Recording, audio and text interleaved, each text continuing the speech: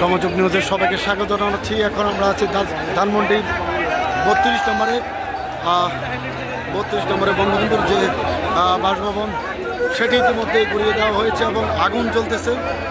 আপনাদেরকে দেখাচ্ছি, আপনারা দেখতে থাকুন। ছাত্র জনতা কিন্তু বাড়িটিতে আগুন জ্বালিয়ে দিয়েছে, বিপুল পরিমাণ ছাত্র জনতা আমরা লক্ষ্য করছি। আপনাদেরকে দেখাচ্ছি ধানমন্ডি 32 নম্বর থেকে।